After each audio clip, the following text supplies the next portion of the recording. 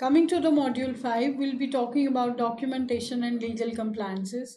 In this particular module, we're going to talk about offer letters, application letters, exit formalities, background checks, references, and verifications for the same, HR policies and labor law basics, and handling misconduct during interviews. We are going to talk about all these parameters in this particular module.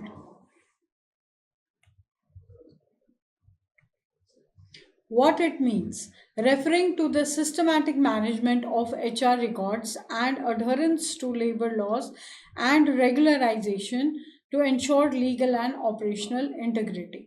Now, what does it mean? Documentation and legal compliance. What does legal compliance mean? It means it refers to the systematic management of HR records and adherence to labor laws and regulations to ensure legal and operational integrity. Now, what are the key HR documentations which are included in this? Employees' records. What does employees' records include? Offer letters, resumes, ID proofs, and contacts. Key HR documentation includes employee records, offer letters, resumes, ID proofs, and contracts, attendance and leave data, monthly records, holiday lists, leave balances, payroll documents, salary slips, tax declarations, bonus and incentive records, performance reviews, appraisals, feedback forms, improvement plans, exit formalities, resignation letters, full and final settlement, and clearance forms. Now, what does this mean? What we are talking about is documentation and legal compliance. We are talking about offer letters, application letters, and exit formalities. Now, these including referring to the systematic management of HR records. This is all into HR records. Once the candidate becomes an employee to the particular organization, the HR has all the records related to him. Those are offer letters, resumes, ID proofs, and contacts which the particular candidate has. So, what are the key HR documentation which are included? Employee records, which again refers to offer letters, resumes, ID proofs, and contracts. Second is attendance and leave data. HR has to keep a monthly record of every department for monthly records of every department for leave datas, holiday lists, and leave balances. Any employee has the right to come up to the HR through mail, personally, face to face, one to one contact to understand and know about the pending leaves he has, about the leaves he has availed, about any such kind of information. So, HR has to be well versed and managed, having on monthly records, holiday lists, and leave balances. Now, coming to payroll documents, salary slips, everybody, every employee of the company needs a salary slip on his mail documented to him every month for tax deductions, bonus, and incentive records. This is self explanatory. Anybody and everybody who is working elsewhere has this information. This is particularly for those who are new to the department, who are new to the system. And performance reviews. Every company has, let me be clear and precise, every company has their own HR policies. No company goes with the guidelines of the other company. Every company has their own guidelines, has their own policies. Performance reviews, appraisal feedback forms, improvement plans.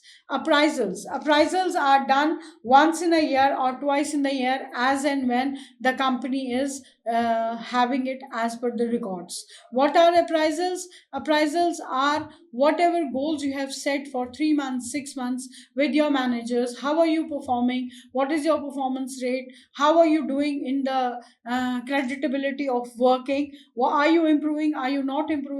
Is your work deteriorating? Are you a nice team member? Are you dedicated employee? Are you a leader?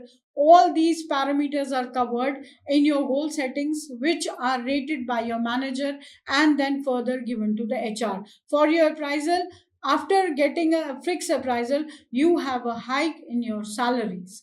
Feedback forms are again mandatory. You might be seeing nowadays everywhere on social media, everywhere. Feedback forms are mandatory. That gives you a clear view of what people think about you. That gives you a clear view. That gives HR a clear view of what the employee is thinking about, as and when the feedback forms are also given to HR. Improvement plans are also a part of performance reviews, as they are discussed, put forward, and worked on. Exit formalities, resignation letters, full and final settlement, and clearance form. All these details are there with the HR. He has a record and a mandate for all these formalities related to the employee. So the HR should be having employee records, attendance and leave data, payroll documentation, performance reviews, and exit formalities. Clear? Legal compliance. What do we understand by legal compliance? Adherence to Shops and Establishment Acts, Minimum Wages Act, etc. These are acts, labor laws. Legal compliances includes labor laws, PF and ESI regularization, gratuity and bonus acts, sexual harassment, POSH, and statutory returns. That means labor laws adhere to Shops and Establishment Acts, minimizing the wages act, etc. PF and ESI regularization, timely deductions and fillings, gratuity and bonus acts, eligible and calculation compliances, sexual harassment awareness, reporting and committee formation, statutory returns. Every company has documented people and a team sitting on these following parameters. Everybody has a labor law, HR policy. Everybody has a PF and ESI legalization. Every company has a gratuity and bonus act, sexual harassment, POSH compliance. There is a team who sits, who has access to every single employee for any kind of awareness, reporting, or harassment, where they can get directly included with the client, there where they can directly get in touch with the candidate and understand their problems and bring out the solutions as per the sexual harassment compliance. And statutory returns, filing of taxes returns and legal reports. So HR has a vast, diverse compliance for all these following things. PF is a big department, ESI regularization is a big department, timely deductions and fillings are very important, adherence to Shop Establishments Acts, Minimum Wages Act, etc. is very important, awareness.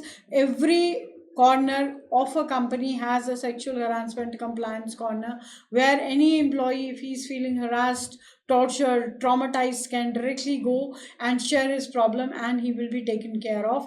And he can go against anybody if he is logically and trustworthily being to be believed for. And statutory returns is filing of tax returns and legal reports.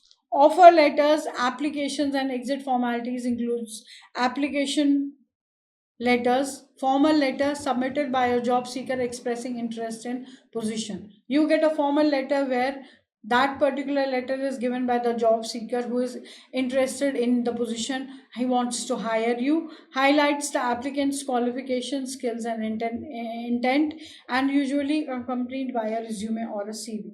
So, what is an application letter?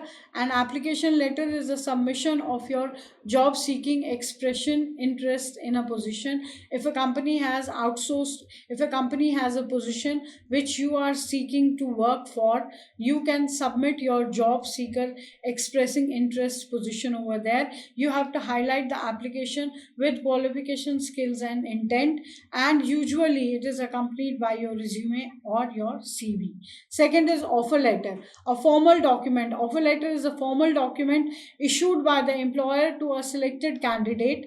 Who is selected includes key details like job title and description, what kind of job and what description is there which you are being hired for, salary and benefits, what all salary will you be getting and what will be the benefits that the company will be giving you, reporting structure, what timelines and guidelines you will be taking care of, joining date and terms of the employee, what would be your joining date and terms of the employment, acceptance where the candidate confirms intent to join.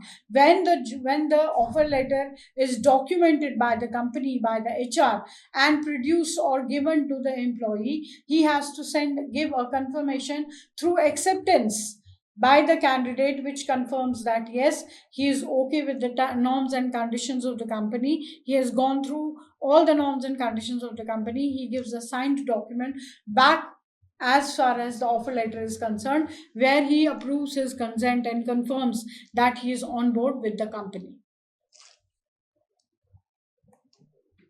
Exit formalities. Now, what are exit formalities? It's a process followed when an employee leaves the organization. There are only two kinds of things: either the company asks the employee to go, or the employee leaves automatically. Exit formalities are process followed when an employee leaves the organization. When he has to leave the organization, exit formalities come into structure. Key components include, what are the key components that are included in exit formalities? Resignation acceptance. If an employee is giving a resignation to his manager, the manager accepts it and sends it to the HR. The resignation acceptance is important for the HR. Knowledge transfer, KT. Asset returns. If an employee has an ID card or a laptop or anything extra of the company, he has to return it to the HR. Exit interviews have been done, full and final settlement has been done, how many leaves are pending, what PF I whatever is pending, that has to be paid to the employee. So all these F&F formalities are done, and experience and relieving letter for the particular time period is being given to the employee. I repeat, the exit formalities are for those employees who leave the organization. The first one is acceptance of resignation, where the employee drops a resignation to his HR manager, he signs it, sends it across to the HR, he has an acceptance on the resignation. Knowledge transfer, whatever he has, he transferred the same thing.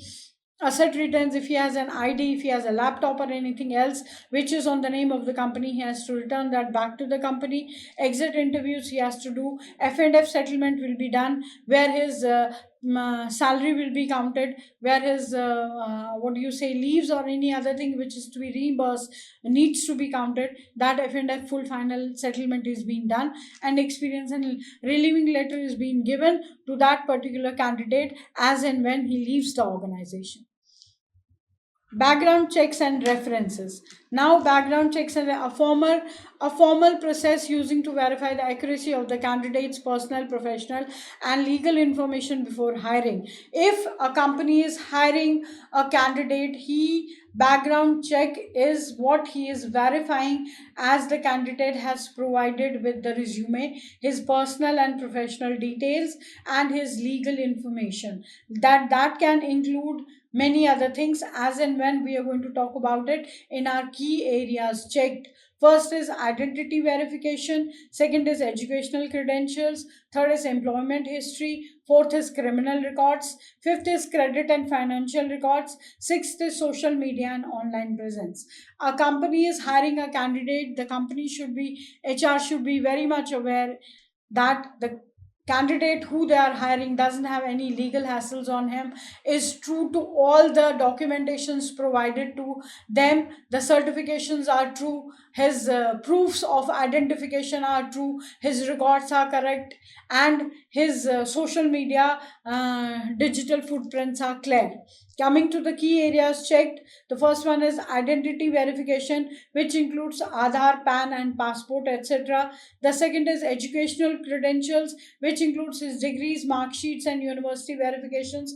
Every company hires a third party to get these checked certifications, professionals, credentials, everything are checked by them with the universities, with the colleges, with the affiliated universities, and if it is okay, the candidate can be boarded. Employment history, past roles, experience like a job. If you are joining a company where you have an experience of 2 years and more, 2 months and more, you need to have a certification for the same. Criminal records, police clearance or third party clearance is very important. You don't have a criminal record on you, you don't have a criminal history with you, the company will not hire you at that particular point of time. Credit and financial records for sensitive financial roles. This is only for sensitive financial roles. This is not applicable to everybody and anybody. Social media and online presence. Reputation in the social media is very important. So, to understand in this particular slide, what we need to know is our background should be clear. We should not be having any criminal records. We should not be having any employment history. Educational credentials should be clear. Identification verification should be clear. Social media accounts should be clear. Credit and financial records are not necessary for everybody. Reference and verification. Contacting a candidate's previous employer professional reference to validate behaviors. In resumes nowadays, we put two references, and when we submit the resume to the company, the employer HR definitely gives a call to the references and confirms about your behavior, work ethics, and performances, which is very natural. This is called reference verification. What is verified? Role and responsibilities, duration of employment, attitude, teamwork and conduct, reason for leaving, and rehire eligibility. So these parameters are asked by your previous employer, as the new employer is hiring you, and he should be clear about your background. He should be knowing your conduct. He should be knowing your way of working, your role and responsibilities, your attitude. Are you a good person? How is your conduct? What were the reasons of your leaving? Were they personal or were they professional? Did you leave on the parameters of any other thing, or was it very much professional? You wanted a growth somewhere else? Rehire eligibility is there if applicable. So all these parameters are covered in reference verification. I repeat, reference verification is previous employers professional references which validate your behavior, your work ethics and your performance. It is related to role and responsibilities, duration of the employment, attitude, teamwork and conduct, reason for leaving, and rehire eligibility. HR policies, labor law. HR policies, formal guidelines that define how an organization manages its workplace behavior and operations in a structured, consistent, and fair way. Now, HR is a very important and a major aspect, a major place of any company. Why? This is a via media, this is the center of attraction for the employee or the employer who is coming. Employee is coming from outside, employer is hiring him. The via media, the main resource is HR. So the HR guidelines should be managed, workforce should be proper, behavior should be proper, operations should be proper, it should be structured, consistent and fair enough. Key responsibility policies of HR: attendance and leave policy, code of conduct, anti harassment policy, performance management, workplace safety, and IT and data security. Coming to the first one, attendance and leave policy, rules for working hours, holidays, and leave approaches. Every company has rules for working hours. Some companies work for 8 hours, some work for 9 hours, depends on the culture of the company, and leave approvals as well of the same. If your manager is approving your leave, your HR will take it as a policy and will not deduct your salary if your leaves are left behind. So it totally depends on the management and the rules for working hours, holidays, and leave policies. Code of conduct, expected behavior, dress code, ethics. You cannot come dressed like a hippie or a fancy dress competition way participation coming to the office. You have to maintain the decorum of the office. You have to be in formals in any case. For women, there is a different dress code. For men, there is a different dress code. But what is in common is formal. Anti harassment policy, prevention of sexual harassment guidelines. Any HR manager, any employee, any colleague whosoever, male or female, is getting harassed, tortured by any next employee, physically, emotionally, can directly come to the anti-harassment policy cell, where sexual harassment case can be registered, which can be verified and taken care of. Every company has this anti-harassment policy. Performance management, appraisal process, feedback and KPIs.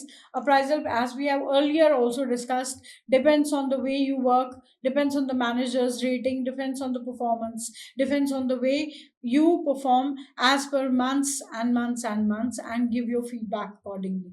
Workplace safety and disciplinary policy, health professionals, pencils and grievances cells are also there. Workplace safety is very important. If you are working with a BPO, your BPO make sure that your cabs are all underlined, they are going on time, they are coming on time, their mails are drafted on time, their drivers are perfect, their security is perfect. If you are coming on your own, you have to be very perfectly and precisely coming on time. All these measures are workplace safety and disciplinary policy, which every company has. IT and data security policy, use of official systems confidentially and all.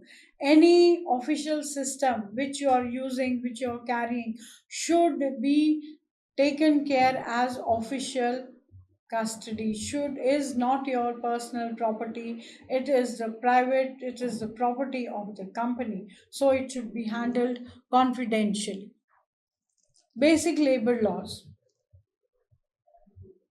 legal framework to ensure fair treatment and protection of employees. This is very, very normal. Legal framework to ensure fair treatment and protection of employees. Any company who is hiring a candidate, this is for the employee who is suffering with XYZ reasons with the company, wants to take it legally, wants to document it legally as far as the company is concerned. These laws are mandatory for them. Major acts known as Factory Act 1948.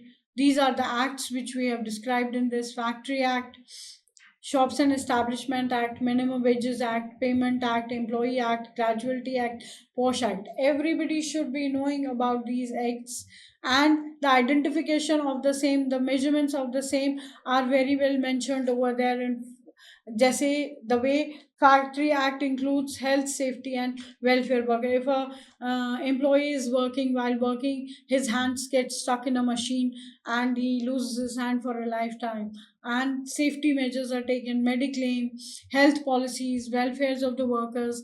These acts are in 1948 act is called the Factory Act. Shop and Establishment Act, working hours, leave, wages, and commercial establishments come in shop and establishments. Mandates fair minimum pay come in minimum wages. Payments of Wages Act 1936 comes in timely and full wages payment rules.